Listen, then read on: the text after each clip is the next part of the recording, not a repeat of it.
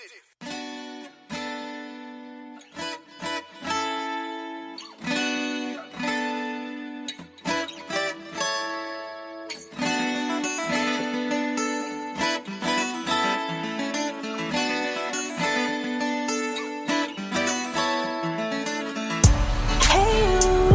so beautiful, you're the truth, and you do it all so natural. You're so strong, and you show it anything. If you want it, it's yours, it's yours. You can have it all, yeah. Up early this morning, and I know God smiled on me. Ain't no time to sleep, no.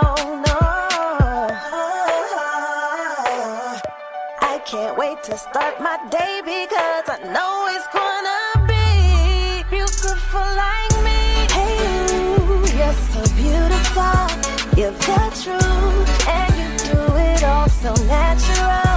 You're so strong, and you show it anything. If you want it, it's yours, it's yours. You can have it all, yeah. Hey, you're so beautiful, you're the truth, and you do it all so natural. You're so strong, and you show it anything. If you want it, it's yours, it's yours. You can have it all, yeah. I look into my mirror, I love everything I see. Ain't no mistakes on me, no. I always remind myself there ain't no other me, can't nobody else be. Hey, you're so beautiful, you're the truth, and you remind it all so natural. You're so strong, and you show it anything. If you want it, it's yours, it's yours. You can have it all, yeah. You can have it all, yeah. Hey you, hey you, hey you, hey you, hey you.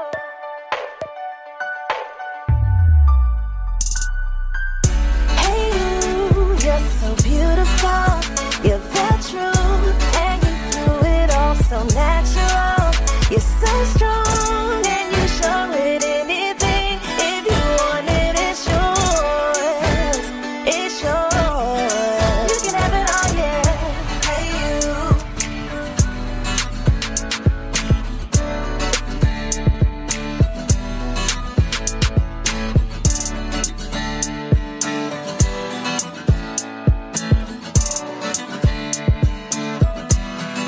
You can have it all, yeah.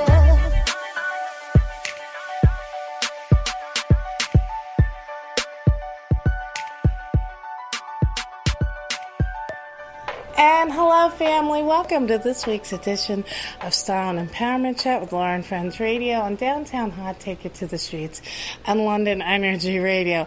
I was running a little late today. I literally just jumped into the seat 5 minutes ago.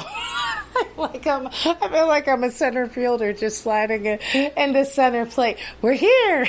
So I hope that you all had a great week and did some productive things. So we had an amazing weekend here at Style and Empowerment Chat. So, of course, Friday we were at the Tower Theater covering Brian McKnight's Genesis tour, which is absolutely fantastic.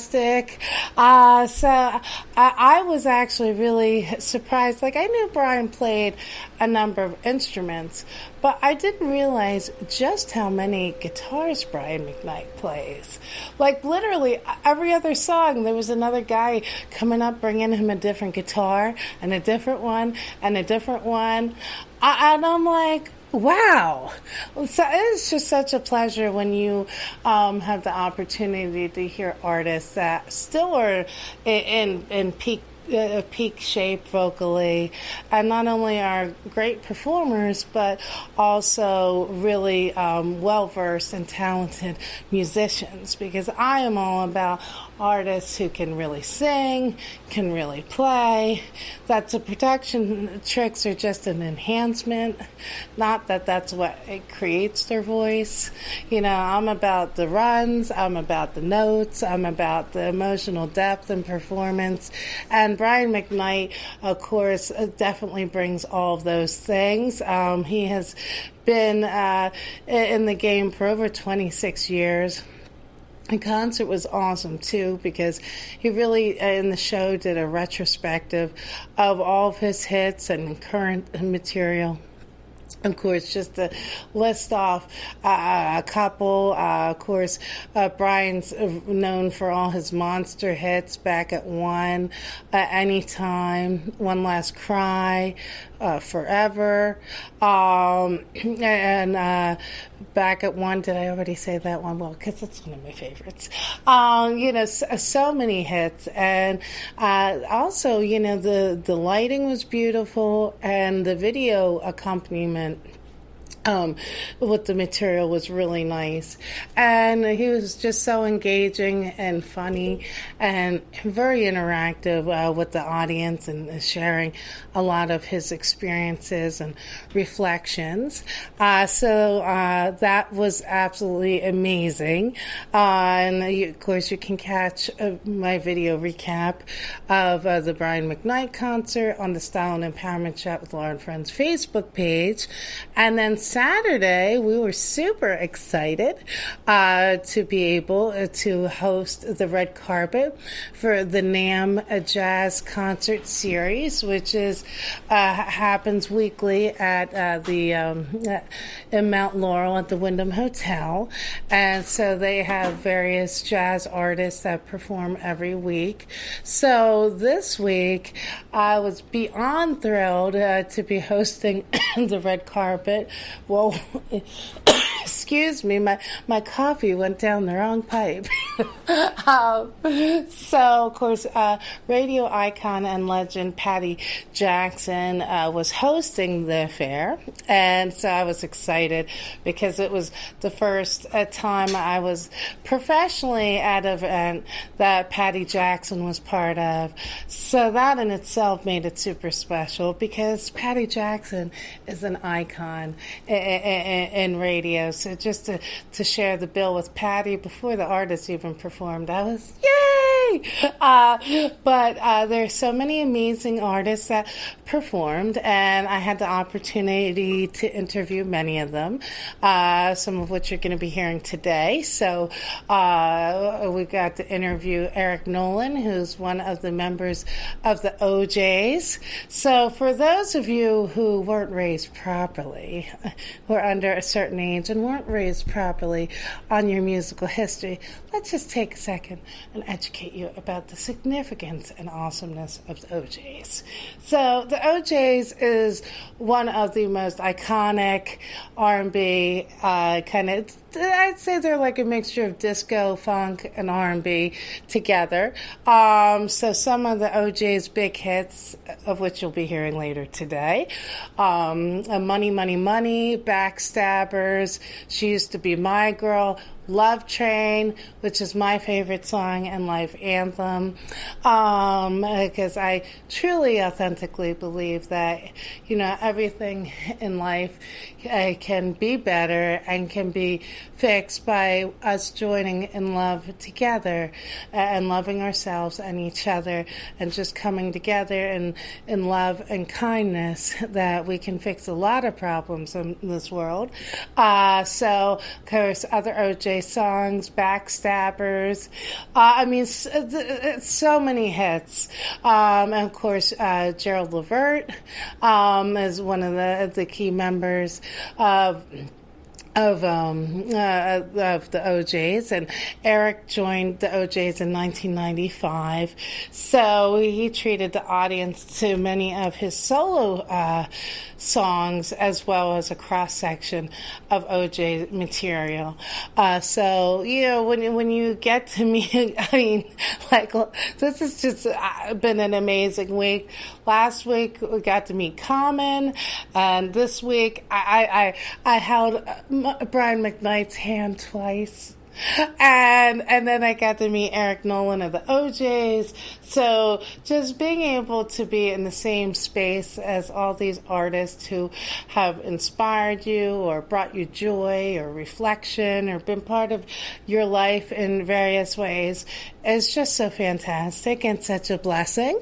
So, of course, the other big thing going on this weekend is, of course, June is the kickoff of Gay Pride Month, which celebrates the LGBT community. Of course, we celebrate everyone every week, every month, but June is officially a Gay Pride Month. So Philadelphia, New York, and Washington, D.C., and many other cities across the country had their Gay Pride parade on Sunday, some on Saturday, and actually New York and Philadelphia broadcast their Gay Pride parade for the first time on TV, which was really cool.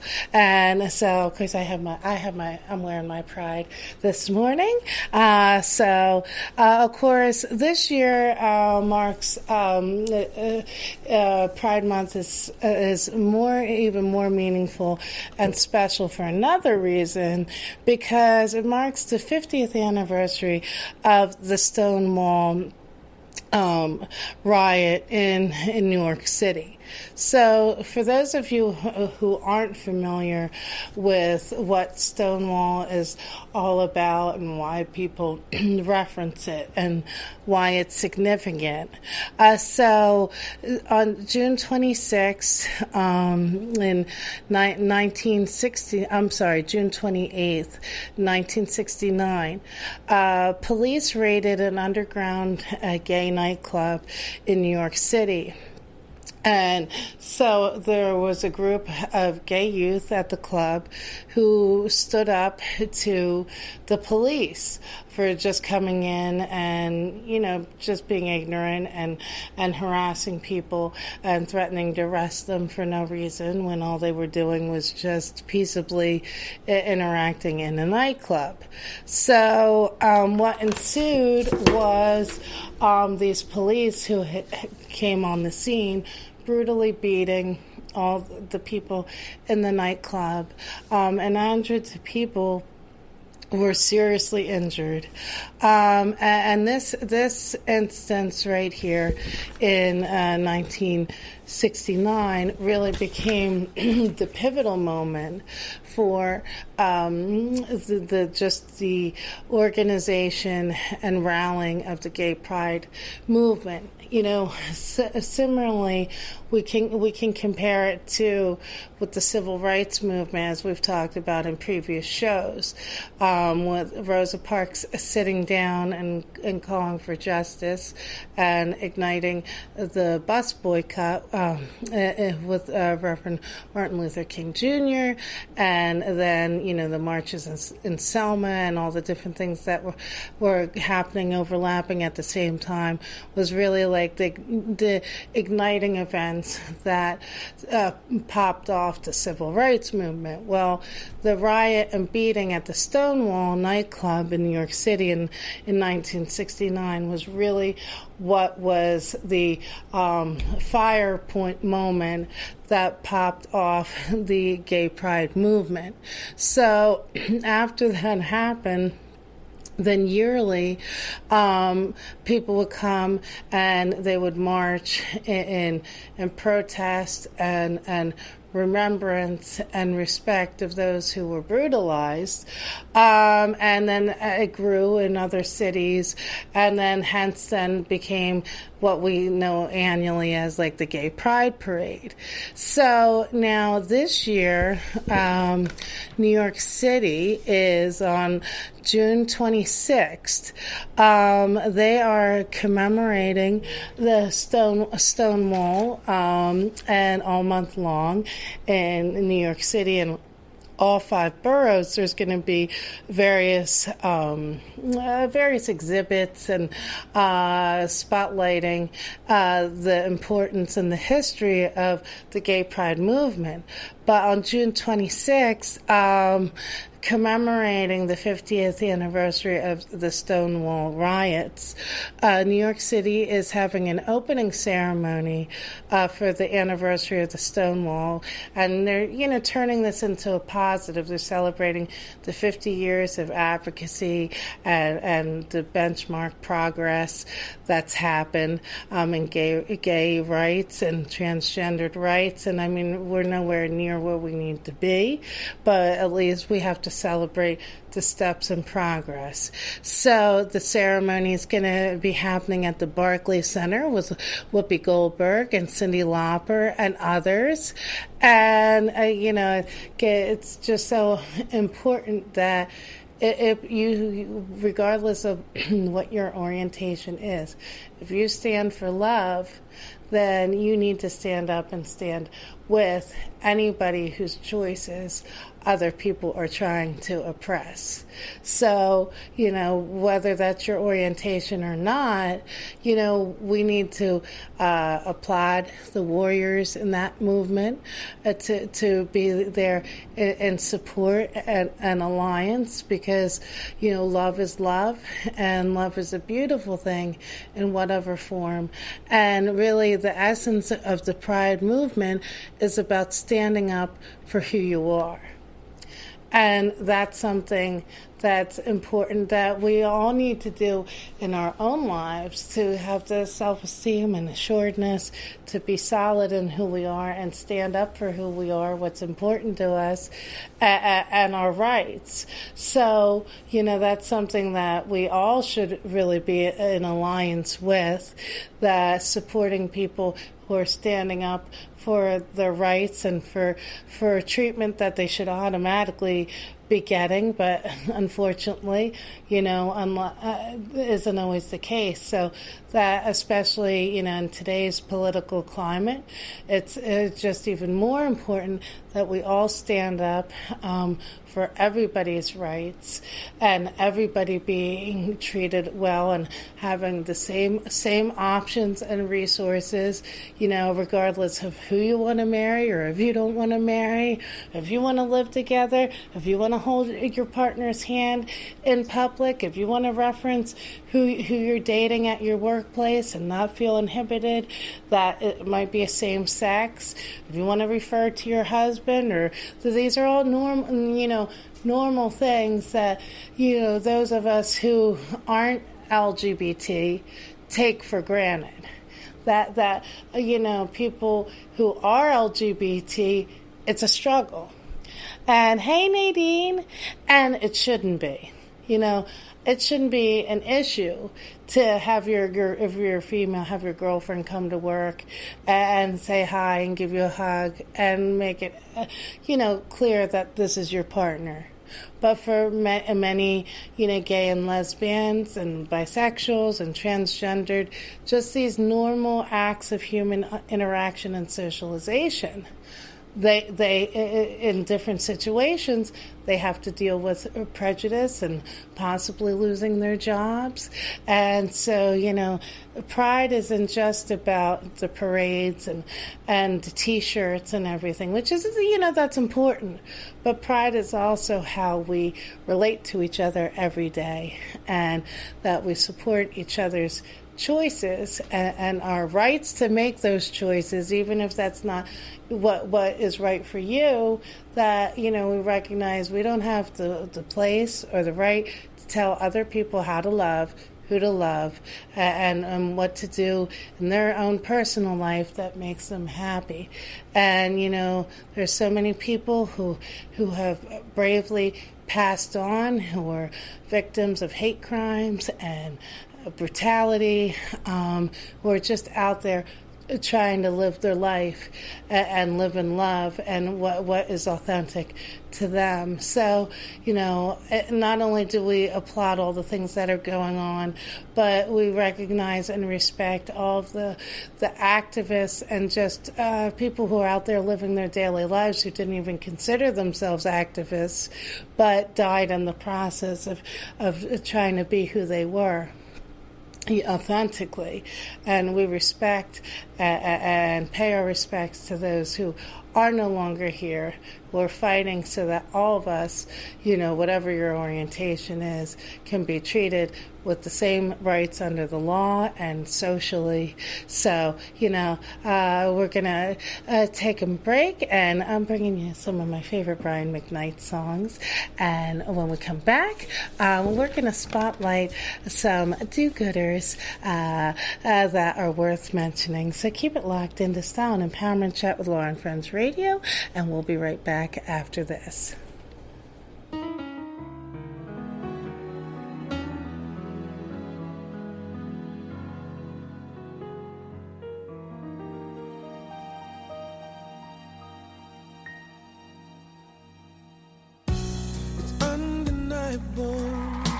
That we should be together. It's unbelievable how I used to say that I'd fall never. The basis is need to know. If you don't know just how I feel, then let me show you now that I'm for real. If all things in time will reveal. Yeah. One, you're like a dream come true. Two, just wanna be with you. Three, girl, it's plain to see that you're the only one for me. And four, repeat steps 1 through 3. 5, make you fall in love with me.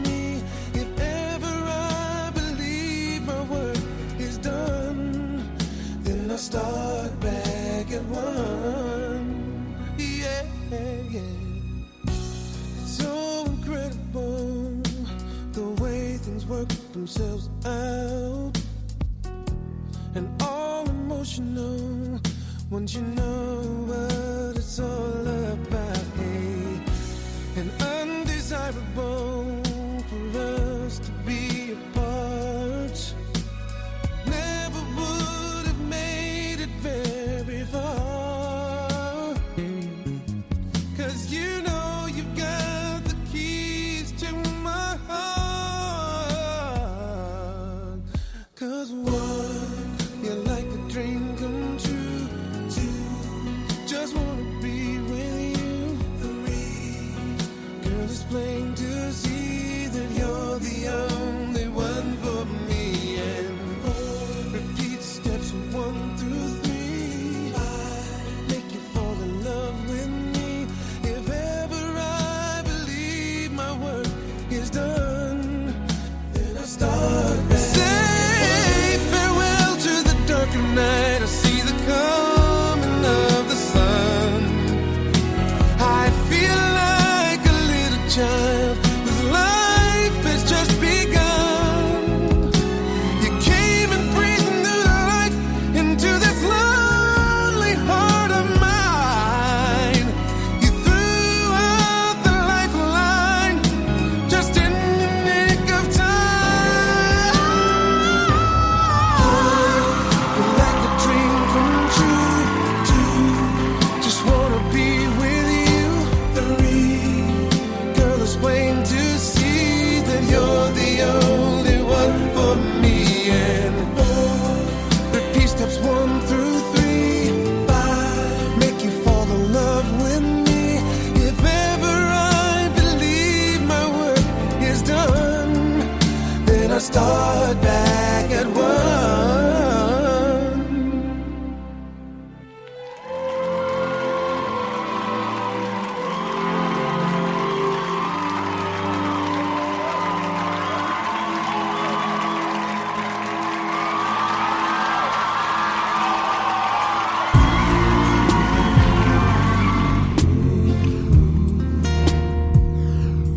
Do you ever think about me?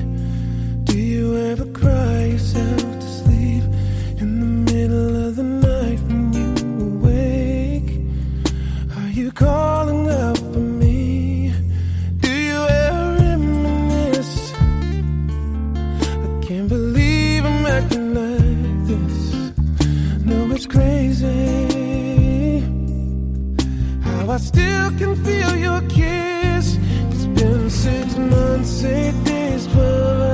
since you went away. Yeah, I miss you so much and I don't know what to say.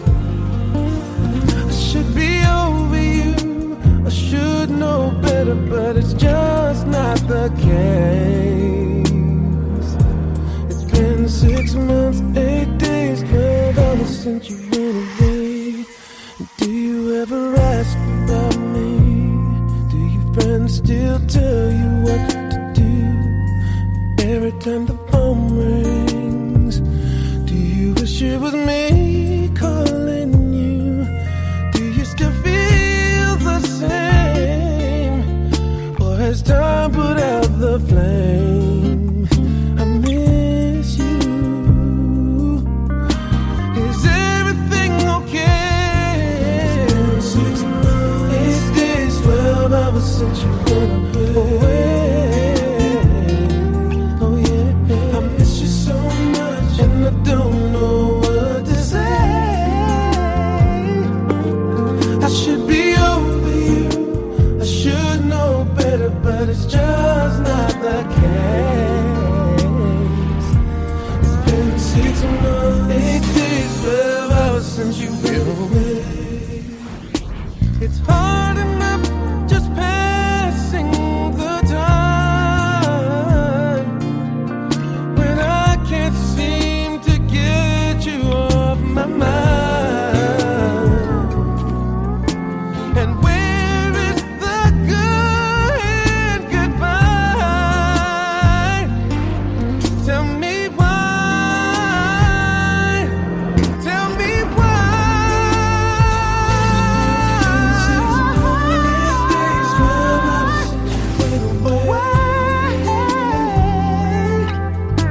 I miss you so much and I don't know what to say. I should be over you, I should know better, but it's just not the case. It's been 6 months, 8 days, 12 hours since you went away. Sing it for me.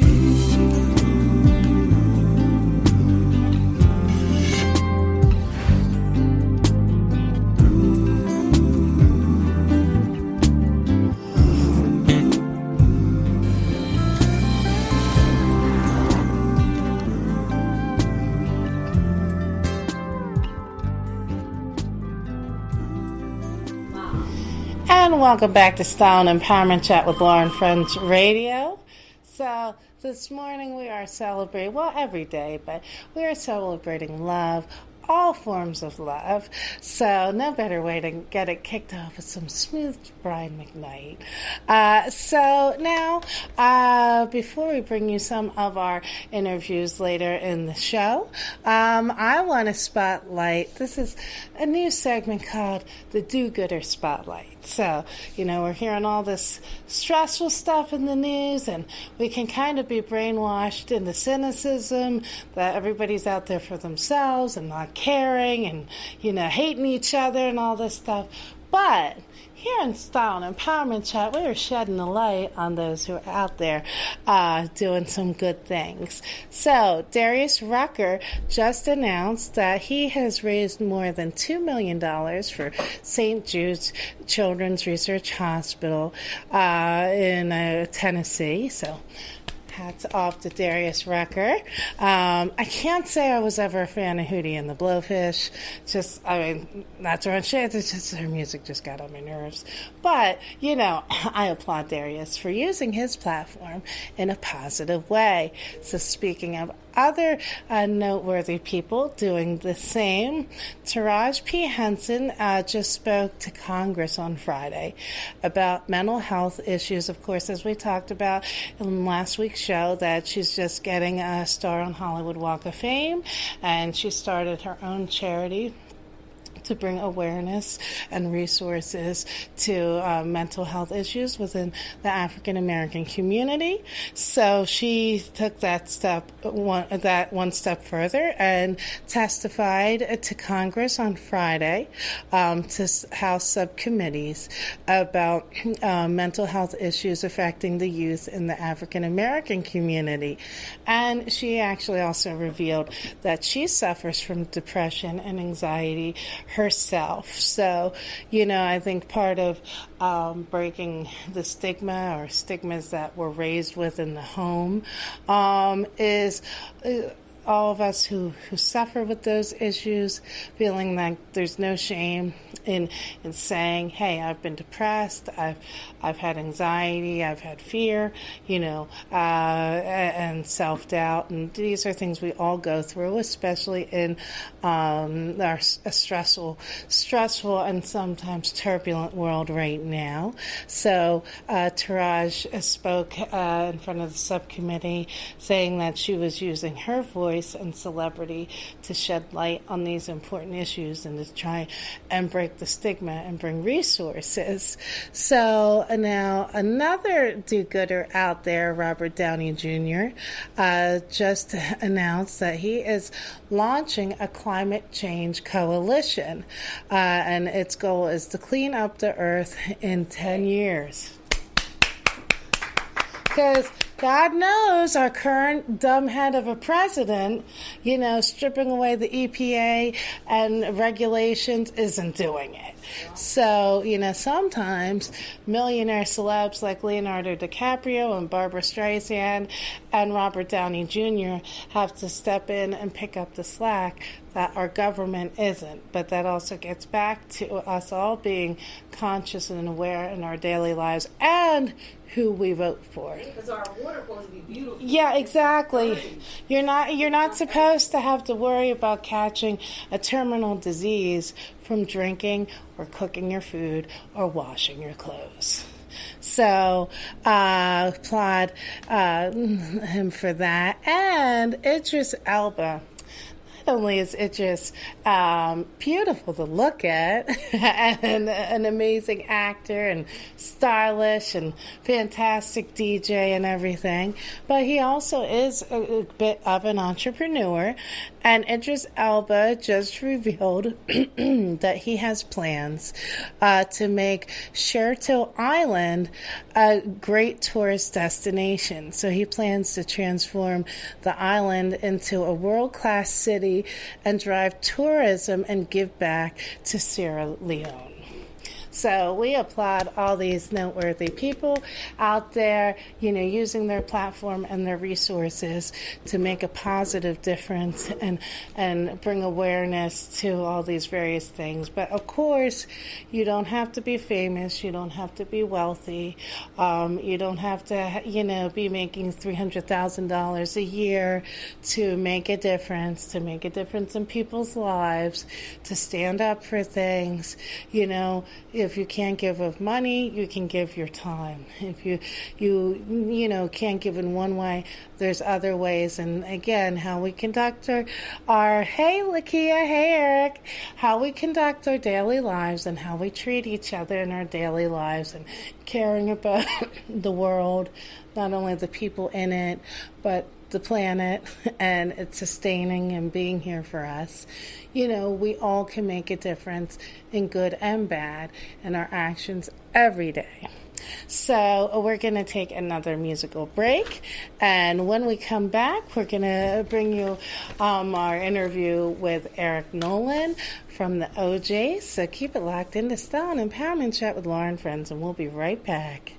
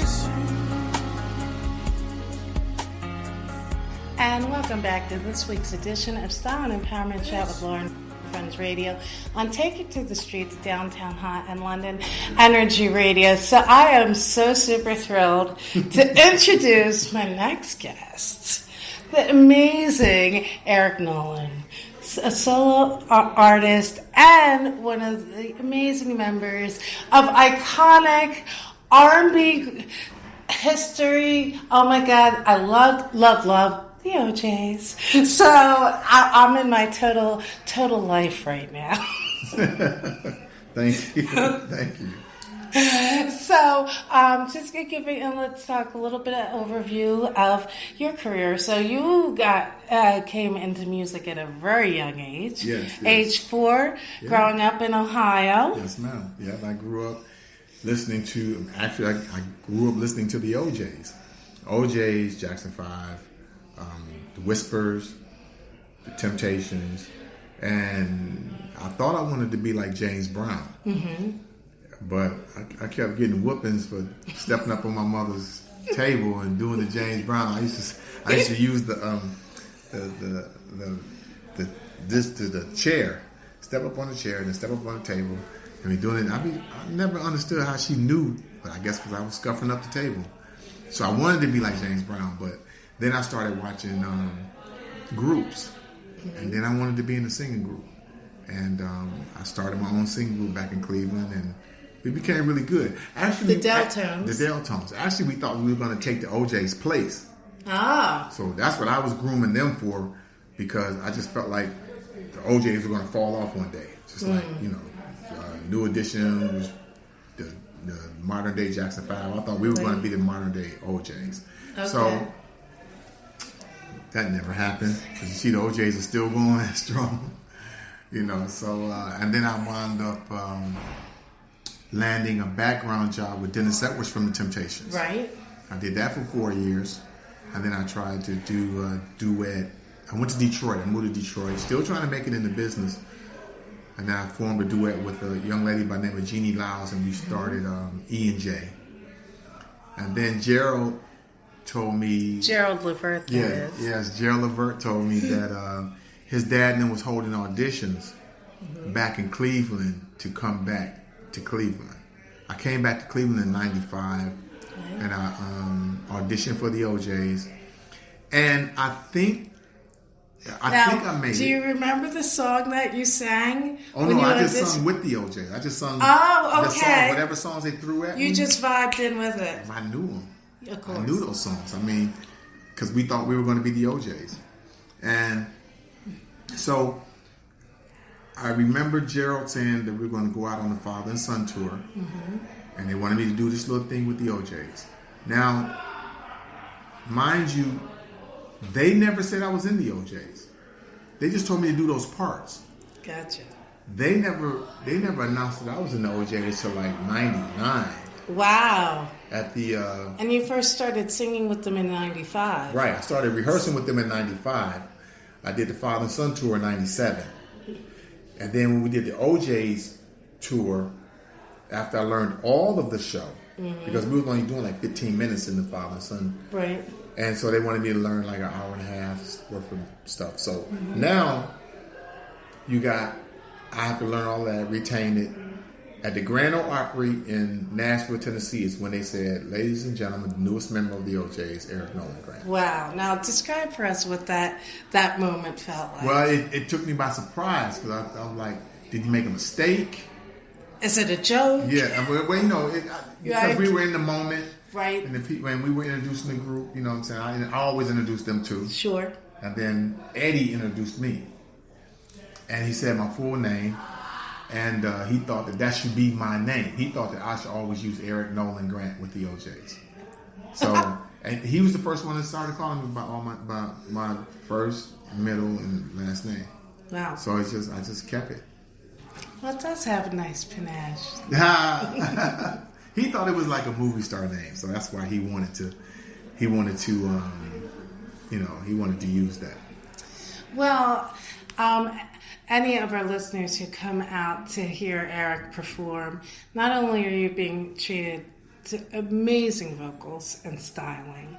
But I have to say, you are so funny. I'm engaging. I mean, the dancing and everything, all that, of course, you expect. But you're just on stage, you really just, your spirit comes alive. You're so funny and engaging, which just makes you enjoy the music even more. But it's weird because I'm more comfortable on stage. I'm most comfortable on stage. When I'm on stage, my mother used to say that she didn't even know me when I went on stage. I was zoned out. She didn't know who I was. She didn't know who she raised or anything. So I don't know. And a lot of times it's all a feel. I try to feel the audience and feel how are they feeling? You know what I mean? If I do a show and you see an audience and they just want you to get to the music, right? Then I have my show set up to where it's just like dun dun dun dun. First song, second song, third song, fourth song, boom boom boom. It'll go like clockwork. But if they're like relaxed and they feel like family, then it's like we're in our living room. And you feel that love and respect. Yeah, because you can feel it. You can't fake a feeling. And when I feel that, I can have fun. I love it, man. I never can wait to get on stage. Like, I can't wait. I want to, just go. I want to get on there, Now, of course, this is Style and Empowerment Chat.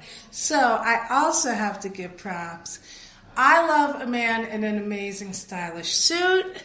So, I walked into the room after interviewing Ice Smith Jazz Band, and I saw this amazing tailored to the shoes. The shoe game was popping. The polka dot stuffer. No shade to Brian McKnight, who's amazing. I've been loving on him since I was 17. I just covered him last night. But I'm like, he's in jeans. What?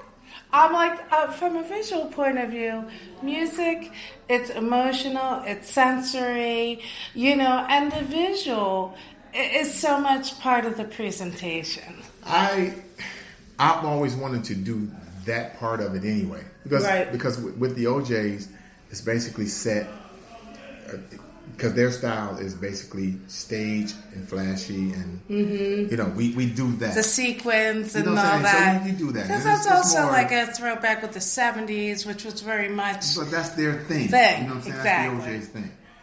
So how can I set Eric Nolan and put him in his own genre, in his own situation, his own position? So I said, well, I'll do tailor suits, and I'll try to make sure that it's today's coordination. Right. You know what I'm saying? Like, not yesterday's coordination where if you wear pink suits, you wear pink shoes. You know what I'm saying? And then you got this white shirt and you got a white handkerchief. Like Garaminal. It's almost like predictable. Right.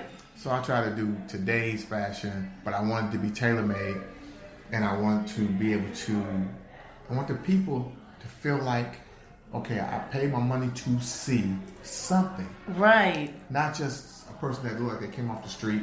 Exactly. So and then if I feel good. And I also feel like stylistically, you can totally see your lineage through all the, R&B Foundation historic groups that you've been a part of, because the Temptations, the Miracles, all of those groups were part of their, their niche. What you knew, okay, this is like a Motown or doo-wop group or old school. It was all about the suits, the choreography, coming on stage looking fresh, clean, right? And I feel it's also part of like intrinsic pride in the music. And that's what needs to be conveyed and portrayed. Mm-hmm. The pride in your craft. Yes. The pride in, don't disrespect the music. Don't disrespect the music game, because this is not. And the people who laid the groundwork for you to walk Absolutely. on. I mean, you got the Wilson Pickett's, the Jackie Wilsons, the Teddy Pendergrass. Marvin all Gaye, of those people, Otis Marvin Gaye, Redding. all those people, when they came to work, you saw them with their work outfit on. Yes. They had the suits. They had the, and they made What's the uniform? Yeah. I mean, I remember seeing Teddy Pendergrass in raw silk, green raw silk, and he came out on stage with a cigarette in a holder, but it wasn't lit. He just came out there with a prop. And I mean, R&B. So we're talking romance music. Yeah. Right? So I don't know about other women, but part of what gets you in that mindset is, the suave, beautifully dressed, polished gentleman. Who the whole thing with R&B music is also the idea that you're wooing the object of your affection or desire, through the music. Right. And so I feel like it kind of like takes a layer off the rose, so to speak, if you're there in sloppy clothes or your pants hanging down or this and that. Nobody wants that mess. I didn't think they did, because when I used to go see certain acts and they would do that, I'm almost disinterested by the second, third song. Exactly. I mean, I don't even care what their hit is. I don't want to see it. You know what I mean? I go and I see a guy coming on stage. He had on tennis shoes and tore up jeans and a t-shirt. But he had 4 big records. I never heard them because I never stayed that long. Exactly. You know what I'm saying? But when Teddy Pendergrass come on stage, he was just Mac. He looked like a model. And that's just half of the battle won. And all you got to do is put together a pretty good show. And people will be pleasantly, entertained and surprised. And I'm going to always do this. Only way I wouldn't probably do it is if I was doing an outdoor venue and it was 80 degrees outside. Right. Then I would do something else comfortable. You know what I mean? But it would still be stylish, but it'd be comfortable. You know what I'm saying? That's the only way I wouldn't do it. And fabrics that breathe. Yeah, right. That's right. Absolutely. Yeah. Absolutely. And people forget, too, you're under all those stage lights. And sometimes there isn't always air conditioning in the venue. Or if you're in an outdoor, outdoor venue, you have the heat of the elements. And you got to keep the mood right and look right. Yes, ma'am. So now, of course, you mentioned that you you sang background for the Temptations, but you Dennis Edwards. Yes, when he went solo. Dennis Edwards. Yes, but then you also was this your acting debut in the Fighting Temptations? Yeah. Little acting, something. I did the Fighting Temptations, and then after that, I got an extra part in a movie called Pastor Brown as a deacon. And then I just recently did the new single in a movie called It's Major with Tawanda Braxton. Wow. So they had me do this nightclub scene, and they let me do my new record. And it just came out like maybe 2 weeks ago. Yes. So that's something. So, but yeah, Fighting Temptation was my little breakthrough. And of course, your current single, which I absolutely love, In My Life. Yes, ma'am. So let's talk a little bit about the inspiration for that and the creative process on that single. Well, I really, when myself and Jay Sean Champion, that's the guy that writes and produces with me, when we came up with it, I thought I had already wrote the lyrics to In My Life. In My Life was supposed to be about a lady that I wanted in my life. She wasn't in my life yet. So, girl, I wanted in my life. The manifestation of love. You know what I'm saying? Yes. But Jay Sean thought it should be something more about the woman that's in your life. Gotcha. And he wanted me to be vulnerable. He wanted me to be more saying what women want to hear and men are not comfortable saying. So when I would say, you got me wrapped around your finger and I ain't going nowhere. See what I'm saying?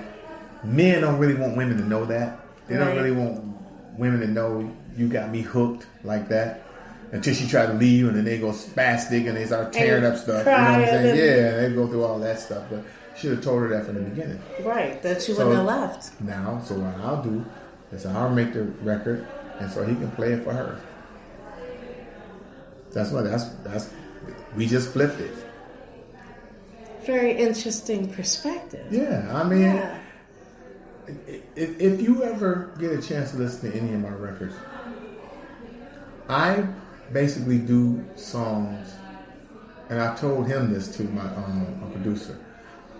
I want to do songs where it's cool to say I miss you, And to be vulnerable. right? To be vulnerable, and make it cool to be vulnerable. Make it real cool to tell a girl you love her and tell her that you care about her or you miss her and you want to be with her or she's the best thing ever happened to you. You know, I make it real cool. Yeah. Why? Because I said it. Because, there's strength in being vulnerable. Yeah. People often throw, I feel unfair, labeling or hazing. Oh, well, you're weak because it takes strength to come to someone and with an open heart, open emotionally, lay your feelings out there, to admit that you're scared or that what your dreams are or what you feel sorry for, and that takes courage and strength, not weakness. Right, but also men like to always be cool. They always want cool points. So how can I make this music cool? Mm-hmm. Because most times when you listen to music, you listen to the hook and you listen to the music before you listen to the lyrics. Then you listen to the lyrics, you say, oh, that's what he's talking about. But I like it anyway. Right. Then you get deep and reflective with it. Well, I mean, I just really totally love that you were all about that. I mean, I often say a lot of times with R&B, which is like my happy place, I feel now a lot you hear that, oh, my king, or I'm a king and you're a queen. And I feel in society now like we're tossing those words around a lot. Yeah. But, there's so many men out there who don't really know what it means to walk the word king in a relationship or pursuit of, what it means to have a queen, a boss mindseted chick, not hold her down, not be intimidated, to support her, to be her companion and lift her up. And, they'll say, oh, yeah, she's my queen, but then they're not treating her as such. Because it's fashionable to say that. Yeah. It's fashionable to say, that's my king. And then next thing you know, 6 months later, they got another king.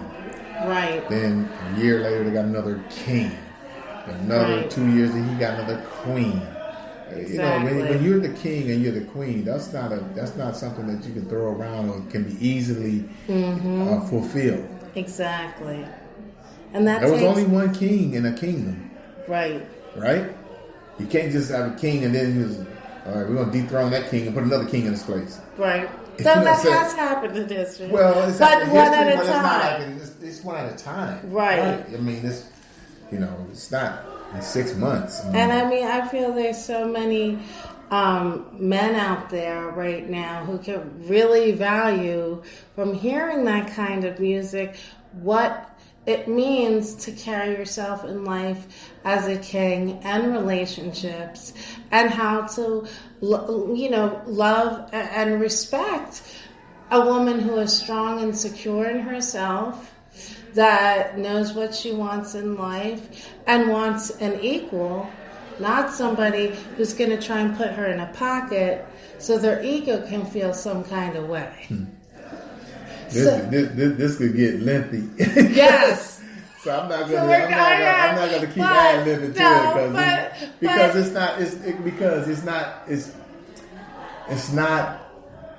it's not fair to.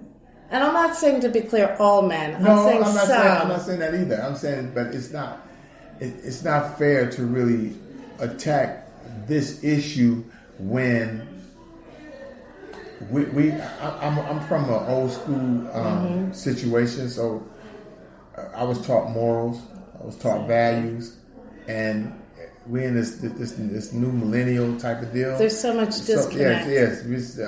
I mean, and people are not. They're not being taught this. So it's almost like what I was telling my friend the other day. When you don't know, then the things you think you know is the things that you think you're right about. Exactly. Because you don't know. You actually, honestly don't know. And nobody's teaching you Nobody's that. teaching you because guess why?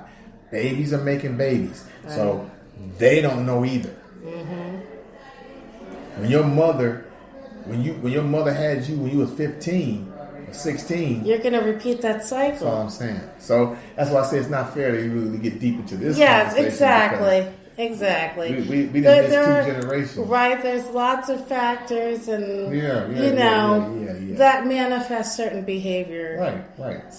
So now we've talked a bit about your inspirations. So what are some of your favorite R&B songs? And we all have kind of our go-tos, I don't really have those go-tos because I'm a fan of Will Downing's. I'm a fan of Christopher Cross. Yes. And Michael Franks. James Ingram. Walter Beasley. No. Okay. I'm not a fan like some of his music, but I'm actually a fan of these people that I named. I really listen to these guys. And of course, I'm old school by trade. I mean, anywhere from the Intruders, the Delphonics, Stylistics, OJs, Temps, Stylistics. I mean, you name it. All the Philly groups, all the Motown acts, Dramatics. I mean, that's me. I mean, you go any type of old school stuff. I mean, that's just I bathe in that stuff. I mean, anybody can give me a trivia, and I know that stuff. I know that stuff. You can't even play the first 3 notes, and I know it. You know what I mean? Mm-hmm. So I don't have a real go-to. Like when I'm driving, I listen to Soul Town. I mean, because that's where all the oldies are. That's where all the That's where all the music that I like. You know what I'm saying? Well, I mean, I love so many of the OJ songs, but I have to say, my favorite song is Love Train. Okay. And I'm going to testify and pay tribute. So the reason why Love Train is my favorite OJ song is because love has so much power, and the power to unite, and music is the common denominator that brings us all together. Mm-hmm. And I just, I am all from every part of me about spreading love and helping people love themselves and bringing people together through love. And I just love so much, I can't tell you how much that song has been a pulse through my life, and just a message of people around the world coming together in love, which is just, to me, I feel the most beautiful thing that we can hope for, all coming together around the world in love. Mm-hmm. Well, I mean, when they did that record, the record took off so fast, they wasn't even prepared for that. Yeah, it really became a phenomenon. Yeah, they never was prepared for it. They never thought it was going to be that big. It shot up the charts in a matter of weeks. They didn't have uniforms, they didn't have choreography for it, and they were steady getting on these TV shows, and they just wasn't ready for it. It was just such a phenomenon. A roller coaster that just took off. Because it's so universal. Yeah, everybody can relate. Yeah, so I mean, I understand why that's your favorite, because it's so universal and it speaks to everyone's heart and situation. So much so that I think I may put that in the medley of the favorite songs. You know what I mean? So, because I like doing it too. When we do it, the place go crazy. They get up and they just dance and they. I was like literally crossing. I'm like, please do Love Train. Please I'm gonna do it. I'm gonna do it next time. Well, I will be here for it. Okay. So, Eric, it has been an honor and a pleasure. Oh, my pleasure. Thank you so much for just sitting with us today and just sharing all of your gifts and talent. I enjoyed myself. Like I can't express enough what just an amazing moment this is for me. So we're gonna jump off into our musical break and take you on that love train. So keep it locked into Style and Empowerment Chat with Laura and Friends Radio. Playing my favorite, OJ's Love Train, and we'll be back after this.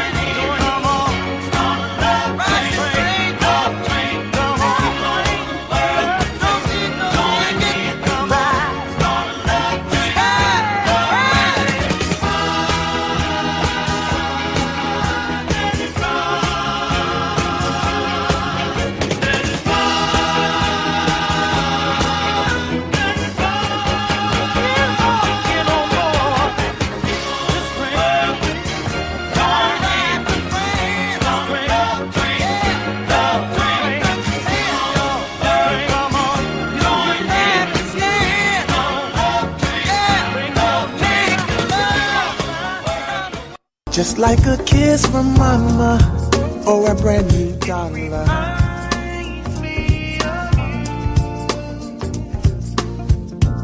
Just like a sunny day, giving birth with no pain.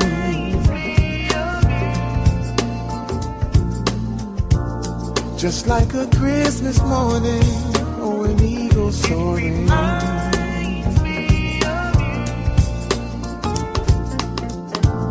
Or like some lemonade on a lazy Saturday.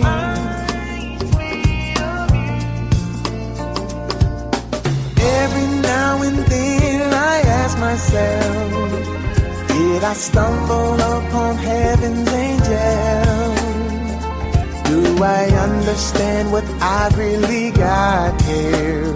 I thought about it, girl, and this is what I came up with. Everything in this world that's good, it reminds me of you. And everything that makes me feel good, yeah, it reminds me of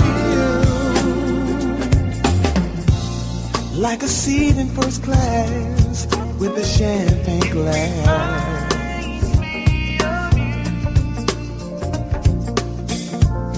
Or like some brand new clothes from the finest store.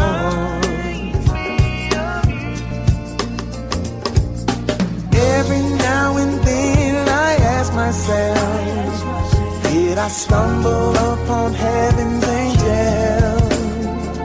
Do I understand what I really got here? I thought about it, girl, and this is what I came up with. Everything in this world that's good, it reminds me of you. And everything that makes me feel good, it reminds me of you.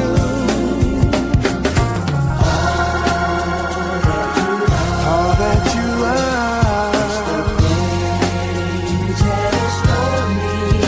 ever told. And I love everything you do. So don't change, girl.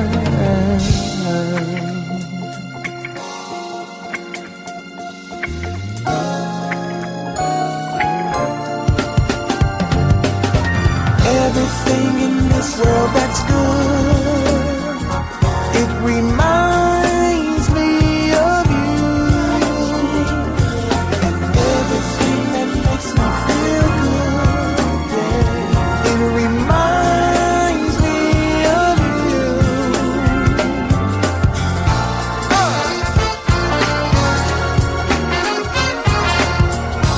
It reminds me of you. You remind me of that girl that reminds me of you.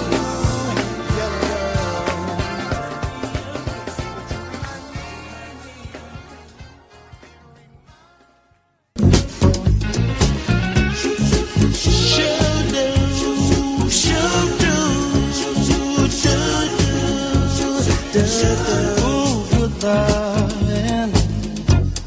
The girl's got plenty good lovin'. Ask me how I know, and I'll tell you so. You used to be my girl. I respect her when she was mine. I used to neglect her. Oh, she wanted more than I could give. But as long as I live, she'll be my girl. She used to be my girl.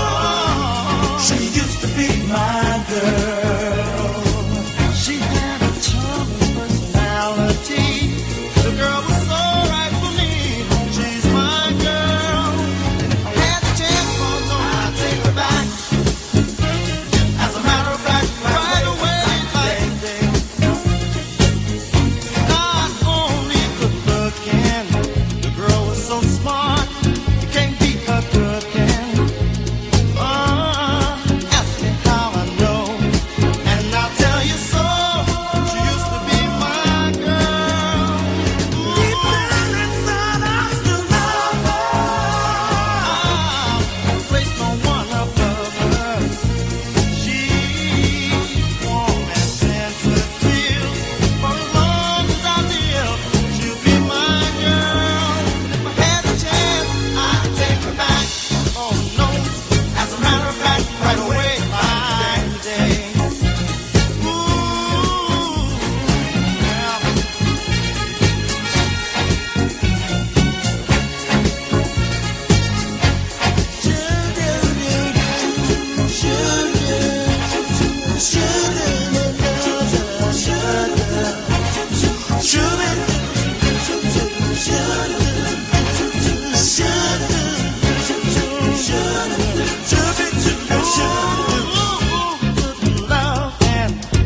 The girl's got plenty good love, and ask me how I know, and I'll tell you so.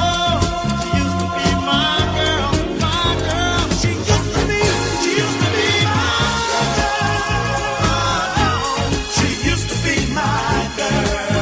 I wouldn't lie on a thing like that. She used to be my girl. She used to be my girl. She used to be my girl.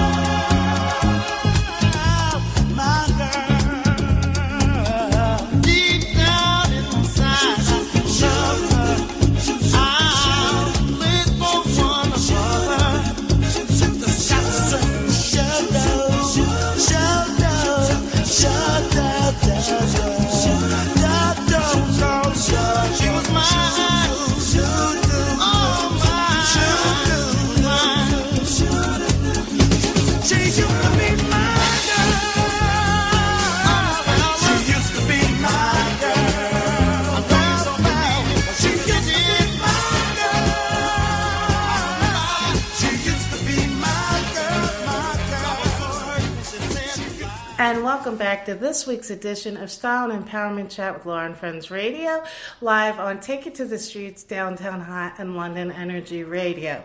So we are excited to be hosting the red carpet and covering the NAMM Jazz Series live at the beautiful Wyndham Hotel in Mount Laurel, New Jersey. So we are joined by one of this evening's performers, so the members of the I Smooth Jazz Band, the lovely songstress Kim Still, and band leader Keith Worthington.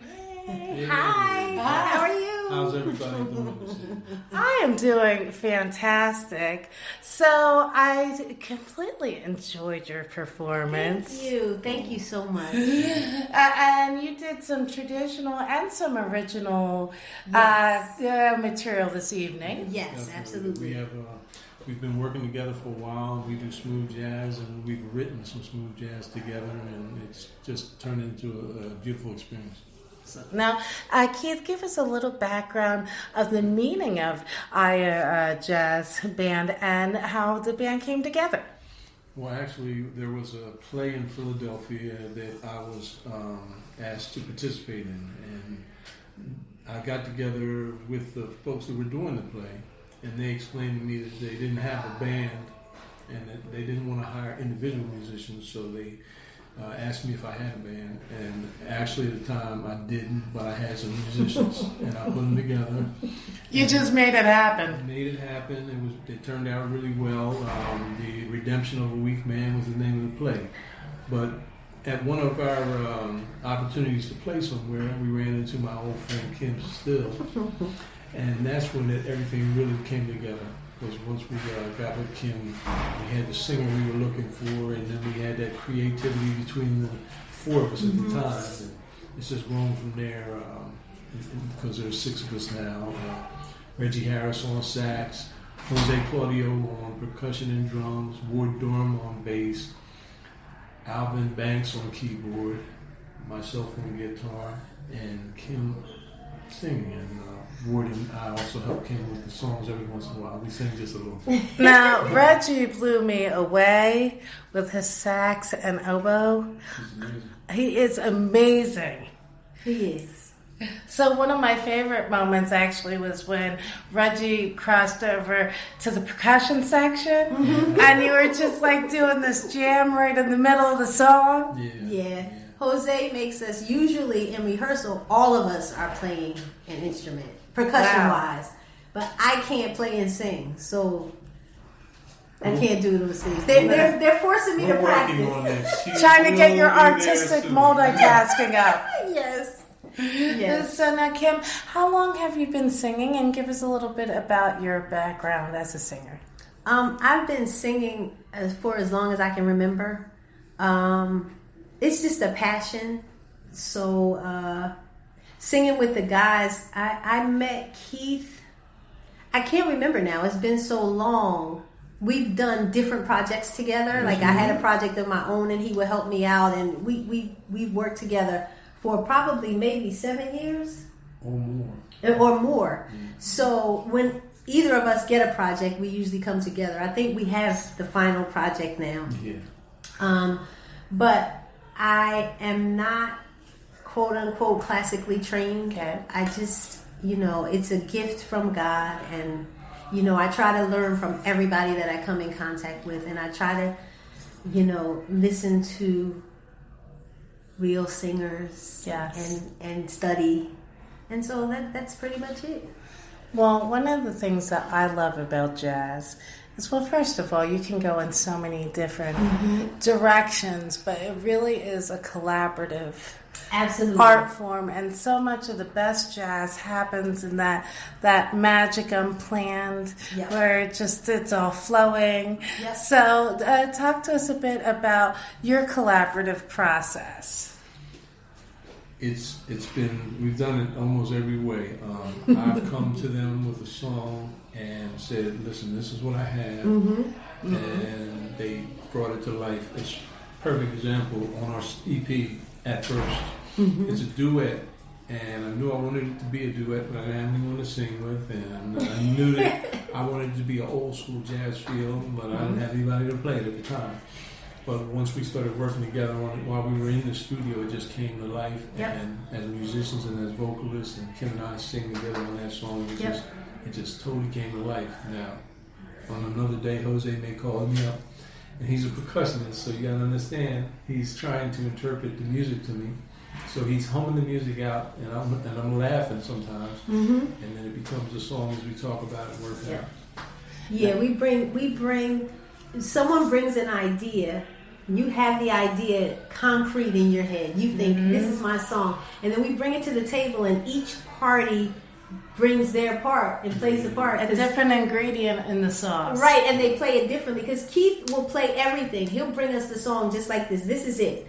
And then we do it, and we all put ourselves into it. And so, there you have it. And that's where the magic happens. Yes, it is. I feel like it's a baby. Have you ever, I brought to them, and I told them I feel like I just had a baby because they made it sound so beautiful. Like, oh my God. And the thing is, we didn't realize, we realized we loved the song, but we were doing an event, it was a garden party. Yeah. It rained. We had to bring the instruments inside out of the rain. Yeah. It was just one of those days, and then finally the sun just came out, and we set back up, and we said, let's warm up. And we said, let's warm up on this song we wrote. Right. And then we're going to take a break, and everybody's going to get themselves ready, and we'll play our set. We play this song, when they get finished, everybody's clapping, standing up, how much they love this song. And we were like, well, it's not time to take a break now. Yeah, So. And that was the first time we did it out. So to see how it affected the audience was really, really uplifting. And so now we try to do the song all the time. It just changes the atmosphere. Nice. It changes the atmosphere. And we do it differently every time. The collaboration. They feel it differently every single night. So sometimes I'm like, oh my God, that was great.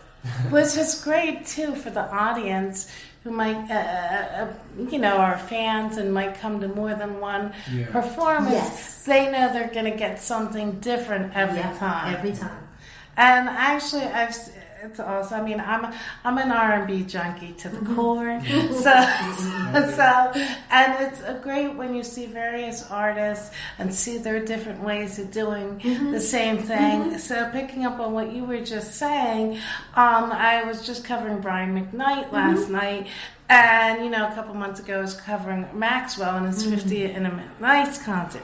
So the thing that's super cool about both of those artists is they actually have kind of like what I call planned spontaneity segments in their show where they're just freestyling. Like they clearly have kind of like a loose structure, but they're freestyling, curtailing to what's going on with the audience, which is just it makes you feel even more connected in the moment. And that's it's important. It's important to include your audience. It's important to let them know how big a part they play, because if the audience isn't enjoying what's going on, it takes the energy out of the exactly. And just like music and collaboration, the audience and the performer, you're exchanging energy back and forth. Right. I don't think that people realize that sometimes we can do a show and some people are just stone-faced, and there's one person who actually connects to me,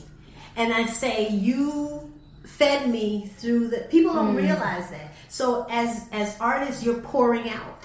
Yes. And if the energy doesn't pour back, it stunts the creativity. Yes. So I feel like jazz and R&B are sisters. The same tree. From musicians who are deep in it, what would you say stylistically are the main differences between jazz and traditional R&B? That they kind of borrow from each other. I think that personally, smooth jazz a lot of times is a jazzy take of an R&B song. So you take an R&B song and you jazz it up. I think that straight ahead jazz is just abstract. Yes. It's really abstract. It's not... It's taking beats and syncopation that traditionally should make sense together. right, but does. And there you have it. And R&B is like, you have licks, you have certain beats that's R&B. And like a structure formula of the song. Absolutely. The, but with the jazz, hook, the intro, the outro, the bridge, exactly. Right. the feeling moment, the testify moment, Right. the with baby jazz, come back moment. There you go, the begging please Yes. moment. And although, you have that in jazz to a certain extent, but not the same way. Right. Not the same way. So. And jazz takes you down roads you never traveled before. It's an improvisational situation sometimes where you're really just stretching the limits. R&B may be a little structured sometimes, but for us, and I don't know, But jazz is like, all about the instruments. Yeah. And what I love too is you can't fake it. Because either you can play and you have the talent and you're going to hold the audience, or you can't. Right. No, there's no tricks. No. Like you have to, if you hit this note, like when we're in, when we do the recording and there's a note in there, people come to hear that note. Exactly. Yes, You can't. And the true fans are like, wait, it's supposed to go ba ba ba ba ba. Right. Right. And unless you're the artist that can do even more and add something to that, Right. then you Yeah, just stick to what exactly. Exactly. And you hit a key point earlier, Kim. Like, I am passionate about singers who can sing. Yes. A cappella, Right. without modulation and auto tone, Right, absolutely. and which is a lot of what you're hearing in R&B nowadays. Not everybody, but a good slice. Like, they maybe have half a pocket vocally, and then layer and layer. And I don't think that's against the vocalist. I think that's the style of music that's the right style now. of Yeah. music, exactly. Yeah. But like, my heart beats for like the Anita Bakers, the Gladys Knights, the Maxwells, the Music Soul Childs, the Jill Scotts, who were all about their vocal instrument and showing the power and scope of it. Then not like the production kind of smoke and mirrors. Absolutely. I couldn't hang with these guys if I couldn't sing, because they are very good. So raise your bar. Right. So I have to be on my game to hang with them, because they'll let me know. But they're like a safety net. Like we it's like a family. So whatever you have to criticize, you say, look, Kim, that's not the note. It's out of love. Right. Kim, that's not the note. But Here's the note. For her to say, like she expressed earlier, I'm not classically trained and musician or anything like that. Excuse me.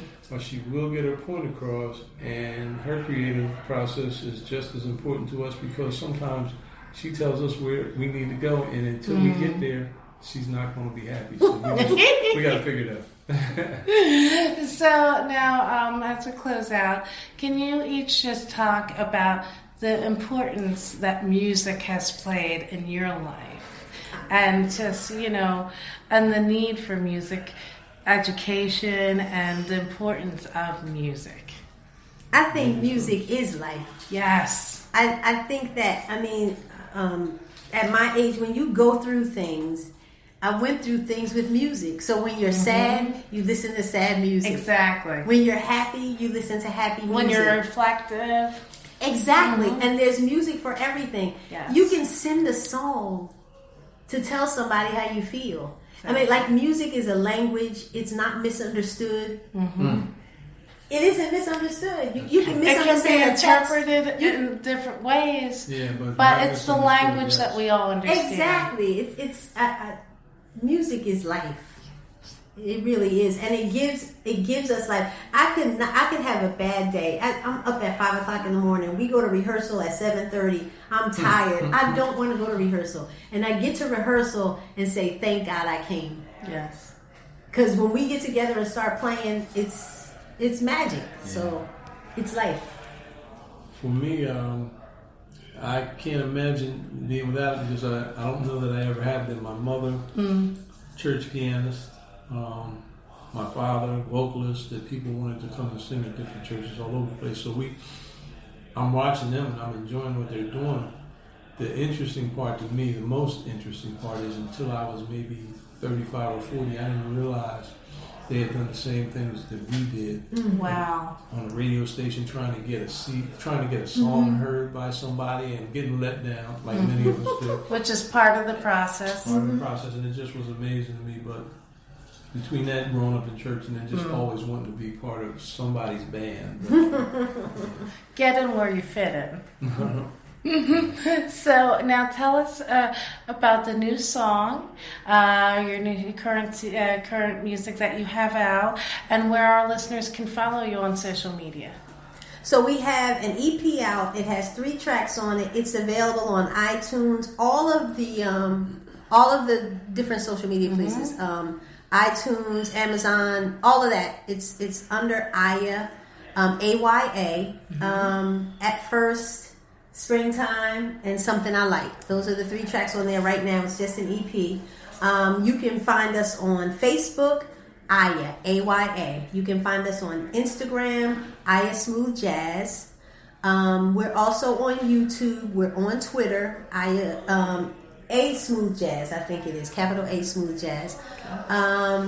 Yeah, stop by. I like to put snippets on. I put rehearsal snippets. Perfect. So we'll do a little something, and I want that window into the creative process. Yes, exactly. So, yeah, that's it. And between that and the new songs that we have, some of these new songs are amazing. Yeah. The one we spoke about, Have You Ever? We know they're going to love it. Yeah. That's probably going to be the first one we do. Right. And then we have some more. I Don't Know. We have some more surprises. Yeah, some real surprises. Even Kim getting musical links. Yeah, they're forcing me. Begrudgingly getting musical. Well, Kim and Keith, thank you so much for Thank joining you. us today. So we're going to take another musical break, and we're bringing you some fabulous musical styling by the Aya Smooth Jazz Band. Keep it locked into Style and Empowerment Chat with Lauren Friends Radio, and we'll be right back after this. Thank you.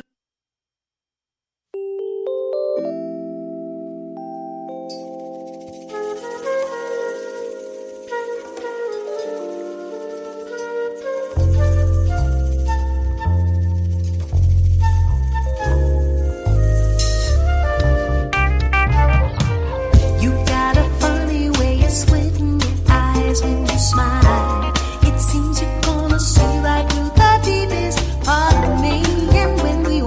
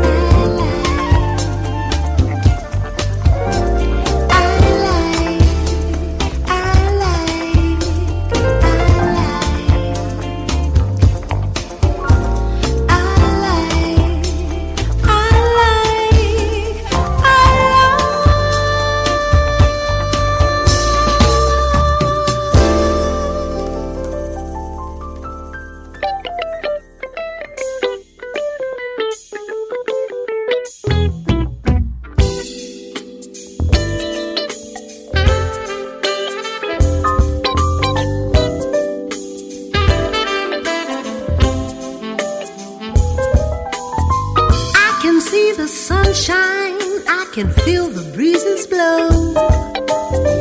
I can hear the birds sing and the flowers bloom in shows.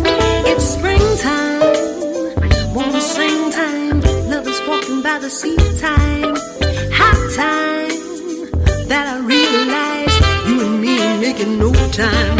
I don't see your face, I don't hear your voice, I don't feel your touch, and this ain't by choice. I miss your call, I miss your kiss. You don't catch my phone, but I must admit it's springtime.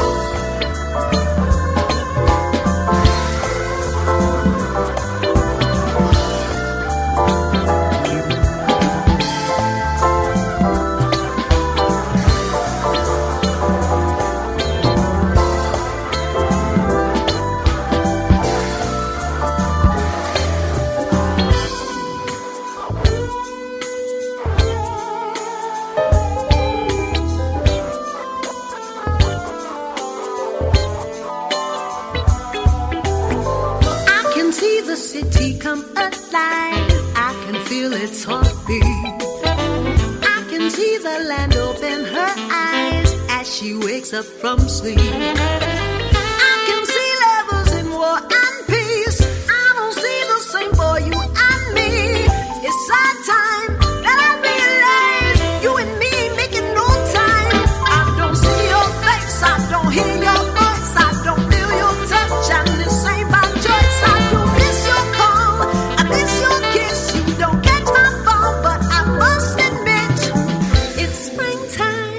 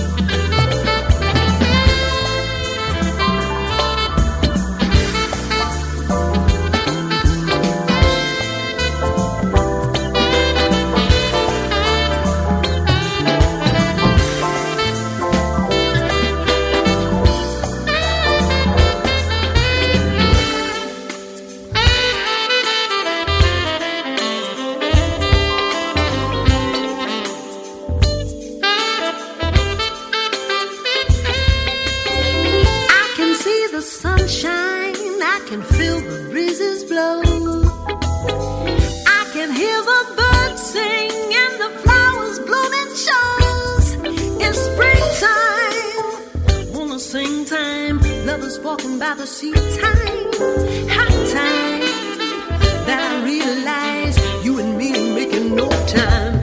I don't see your face, I don't hear your voice, I don't feel your touch. I'm the same by choice. I don't miss your call, I miss your kiss. You don't catch my phone, but I must admit I don't see your face, hear your voice, feel your touch. I'm the same by choice. I do miss your call and I miss your kiss. You don't catch my phone, but I must admit I can see the sunshine, I can feel the breezes blow.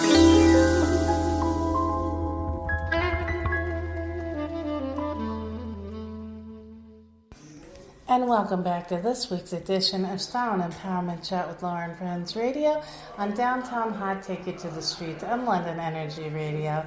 So I'm very excited to interview this amazing, beautiful neo-soul singer, Starlene Bay. Hello, hello, hello. Thank you for having me. It's a pleasure to have you with us. Now, Starlene, you hail from Philadelphia? I am. Yes. Yes, a Philly girl. Yes, Philly soul. Absolutely. Yes. So, you are a neo soul artist. So, what resonated with you more about being a jazz artist as opposed to R&B, as opposed to neo soul? Well, I consider myself to be jazz, blues, and R&B, and then also gospel, because that's where my roots started. So I actually love all of that. I'm more of an eclectic singer, starting in classical. So I really love all types of music. So I just didn't want to choose, one over the other. And I think the music industry gets too focused on the genre. Oh, can it go on this type of radio station? Right. Can They it wanna this and pigeonhole that? you. And music is fluid. You can't put it in a box. No, thank goodness. Yes, exactly. Yes. So now, tell us how you became connected with your mentor, Norman Connors. Yeah, it's amazing. Just having an opportunity to work with Norman. We actually started a project together doing the Starship. We were actually trying to figure out the best way to do a live Starship, where we can actually be on the ship. And that's how we started working together. And what transpired was he actually saw me performing at a local jazz club, and he heard me sing one of Phyllis Hyman's songs, and he was like, that was absolutely amazing. And he was like, why are you not recording? And I'm like, I don't know. And he called me 3 days later and said, Star, you gotta go in and record that song now. And the rest is history. We, got together, we recorded jazz, blues, and R&B. We had not only the top Philly artists, but we also had the top New York artists. So it's a New York Philly collaboration that I'm very, very proud about. And having him in the studio with his bionic ears and listening to, the inflections and how he works with the engineer. I actually had an opportunity to really, really learn a lot from him. And of course, listeners, Norman Connors played from a very young age with jazz icon Miles Davis and John Coltrane. He has literally walked in every lane of the music industry. Jazz, blues, R&B. Yeah, and from performer to drummer, yes, A&R, arranger. Yes, and I mean, so if you want to succeed in the industry, of course, you want to surround yourself with a mentor that has been in every angle of it. Yes. And of course, Norman did A&R work for Phyllis Hyman. Yes. So he actually cultivated Phyllis and Jean Carn, who are both here from Philly. So to be put in the league with those ladies, for him to see in me what he saw in them, and then want to do something is amazing. To want to record, to and want so to go empowering. Girl, hello. Yes, what? Yes, Auntie, that's the best. He is the best. He's very, very humble as well. So he has a great personality, very laid back, very quiet. He doesn't tell you too much. He just evolves. Like you just evolve. And I've had an opportunity to really learn, grow, and evolve, because of him. So I'm excited to be in this position at this particular time and having, the project go so well and to be on radio and, to have my records in London and have my first release in London, and then go from London to New York, and New York to Philly, and then at the African American History Museum, and then go to Atlantic City and Kelsey. So it was really an amazing ride, and it's only the beginning. So now your CD, Classy and Soulful. Yes. Yes, which you definitely are. Well, thank you. And Norman and I talked about it, and I'm like, he said, sassy and soulful. And I'm like, no, I'm not sassy. He said, yes, you are. And I'm like, yes, but it's not about me. It's about the music. So I really wanted it to be about the music, and the music is classy, and the music is soulful. Now I just happen to be, a little bit of both, but it's about the music. Well, we're women. We're multifaceted and multidimensional. I'll take it. We have many layers. Absolutely. Yes. Absolutely. And I definitely do. And he actually was able to capitalize on those different layers, that unique jazz layer that I have, the unique soulful, and then the power that I have. And I think that comes from my dad. Like, where did that power come from? Because I was always a high soprano. And then my dad said, you should go sing gospel. And I think because my uncle, my mom's brother, had more of an influence on me, and he was a tenor, so I sang high, but my dad is a baritone. So he wanted me, he said, go sing gospel and sing alto. And I'm like, what? Yeah, I'm like, why? He said, you'll see.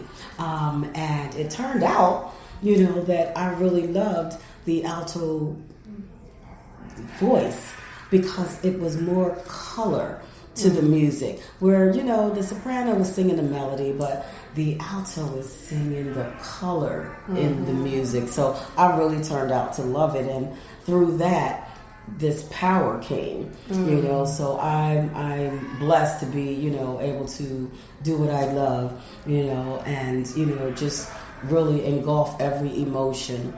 So whether you're happy or sad or upset, you can play music and it will always heal you. So that's what I kind of bring to the table. And I couldn't have said it better. I mean, music, it empowers us, it heals us, it gets our energy in the right place, and it helps us sometimes realize things and problem solve. Allows you to cry when you need to, allows you to clean when you have to turn on that good fast music, that good soca music, and be like, all right, I'm cleaning now, like the house is done in 2 seconds. And then too, it's also uplifting and empowering. When you're in that happy space, or something amazing just happened in your life, you put on that favorite song that tells the story that relates to you at that moment. Right. So now we were talking earlier about stylistically the difference between R&B and soul. Right. And of course, the neo soul movement, popped up in the late 1990s. But soul music originally started around like the 1960s, when, of course, the civil rights movement was, coming to popping off, and artists like Marvin Gaye and Aretha, who I think people forget were critical part of the civil rights movement.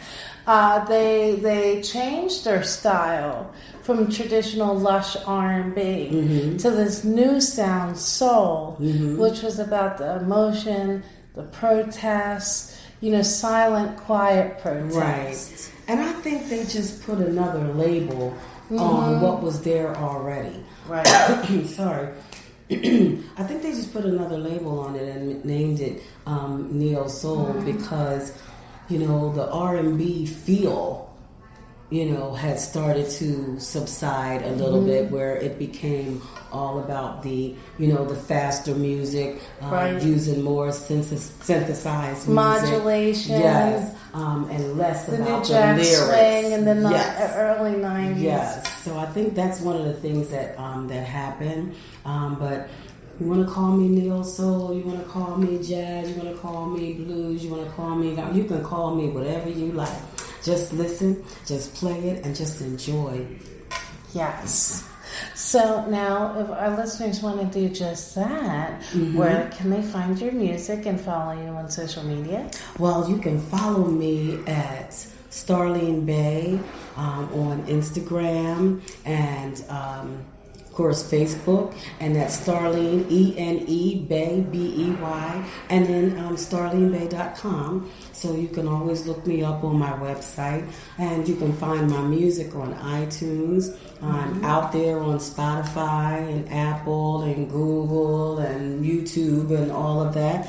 So I'm out there on social media. You can go to store.cdbaby.com/cd/Starlene Bay, and you can purchase my music and leave a nice review for me out there. Yes. And keep in contact, and it also has, where I'm going to be next. So I'm excited about, just getting that website out and up and running. And so I'm really excited about that. But because of the CD, which has only been out a few months, Okay. I've gotten so many And of different course, my gigs. London listeners, Oh, you can yes. pick up Starlene's CD at Soul Brothers Records. Yes, Yes. Soul Brother.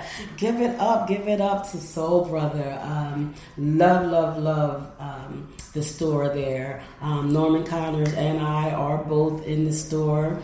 So it was great to see my CD next to his. But Soul Brother Records is very, very, they were so nice. To be able to do that, and also it's at Starlight Records in London. Nice. So 2 different places, and and growing. So because of that, I was able to go to Bristol and do a big show for like 300 ladies. It was a ladies' weekend in London, and I tell you, it was absolutely amazing. The women, you wouldn't expect to be so supportive and excited about you, but they were. And I totally enjoyed myself. I absolutely love London. So shout out to all my London sisters. You guys know me. Go get the CD. Go see Soul Brother. And I forget, there's so many different parts of London. The name of the area. Wales? No. That's not part of London. What am I saying? So annoying because there's so many parts of London. Yes. But yes, we were at the Red Piccadilly. Rooster. Yes, Piccadilly area. Yeah, it's a lot. And there's parts of London that look just like New York. So true. But I really, really enjoyed myself there. And then I go back again in October. So hope to have some more information about where we're going to be performing. But so many amazing places that I've been able to perform since this CD has sparked interest. Well, Starlene, I thank you for coming on the show. We're about to go into a musical break, and we're going to play one of her songs, Living All Alone. Living All Alone. Yes. Don't Can't go we to all relate at some yes. point? And then don't go to strangers. Come on back to me. Be like, don't go to strangers, baby. Come on home. Come on Bring home, your baby. butt Come on home. Yes, and I'm going to be at NAMM Events again on the 27th doing a New Orleans blues show. So bring your mask. And I'll also be in Philadelphia at South Jazz Kitchen, which is a very popular spot, and that's the 2 new gigs that I have. So I'm excited about both of those in July. Now, So I get to Sterling- go to Switzerland. In Oh my God, the you are beginning of everywhere. July. Yeah, so I did London, and we got Thailand. We're talking about that. So I'm just Sensational. excited, very, very excited about this whole project that I've been, and this journey, you know, so follow me, you know, follow my journey, and you're having a really good time with my huge fan. I am, because listeners, it is very, very Sahara hot in this green room. So we're just doing what we need to do to stay comfortable. Exactly. Yes, and Sterling, it was lovely Thank you to so lend much. me her fan. I have to give so much props to Miss Nancy Manning Yes. and NAM Events.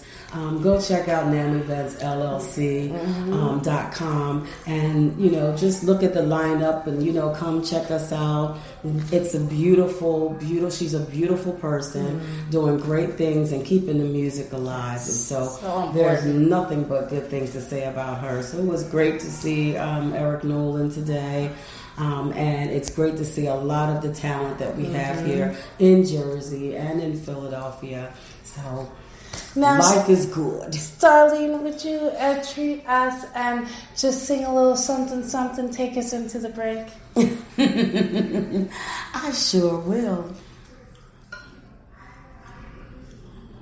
Oh, friend, it's so nice to feel you hold me again.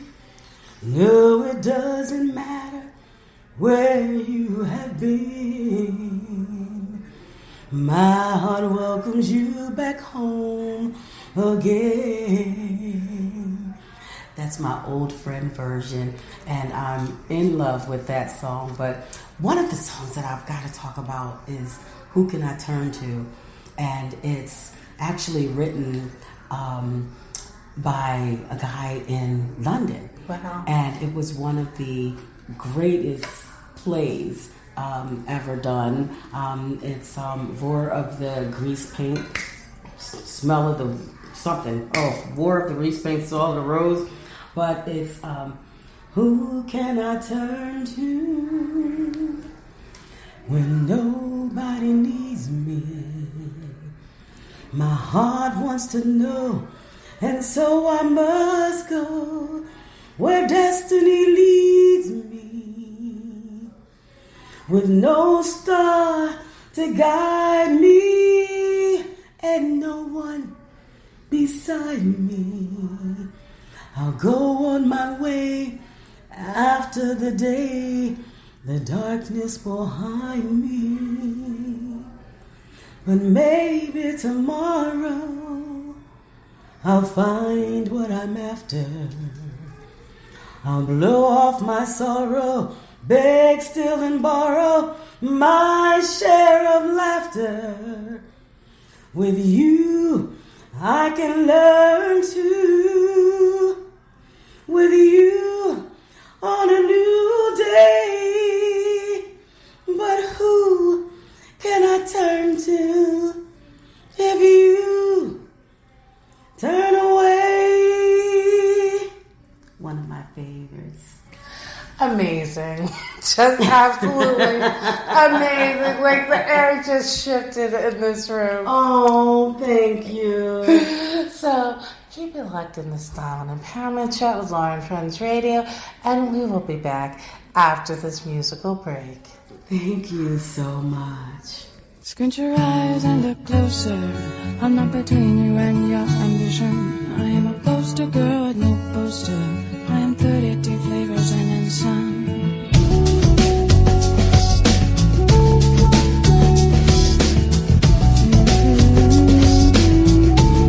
Squint your eyes and look closer. I'm not between you and your ambition. I am a poster girl with no poster.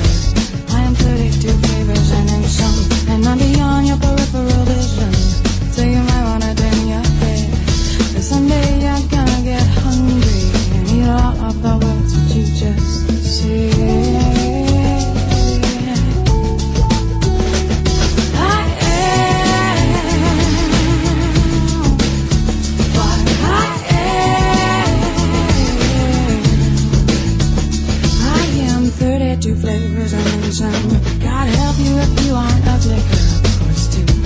all seductive.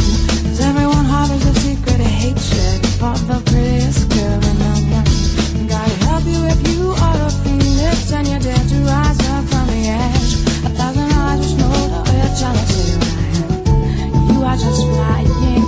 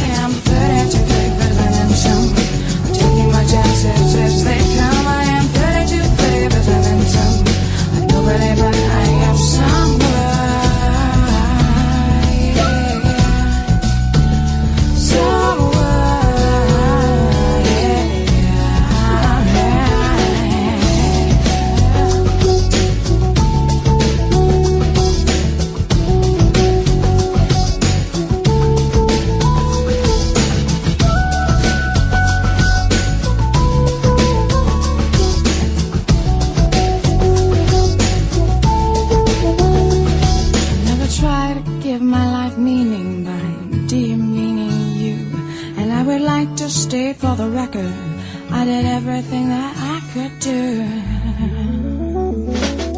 I am beyond your peripheral vision, so you might want to turn your head. 'Cause someday you're gonna be starving and eating all of the words that you just said.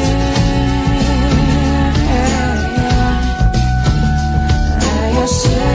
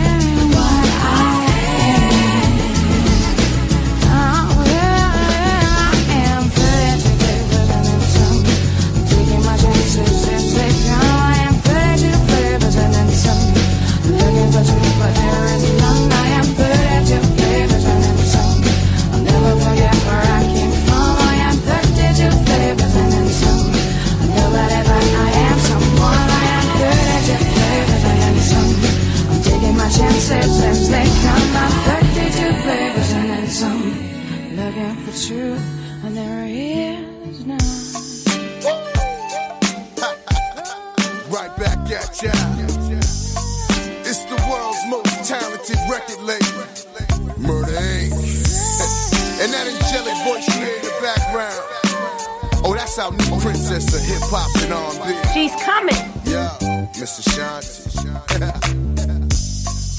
Boy, you fill me with so much joy.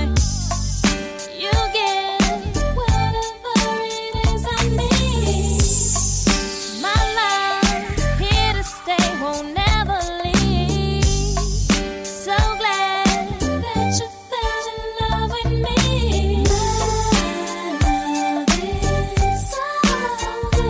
That I wouldn't be without you, babe. Couldn't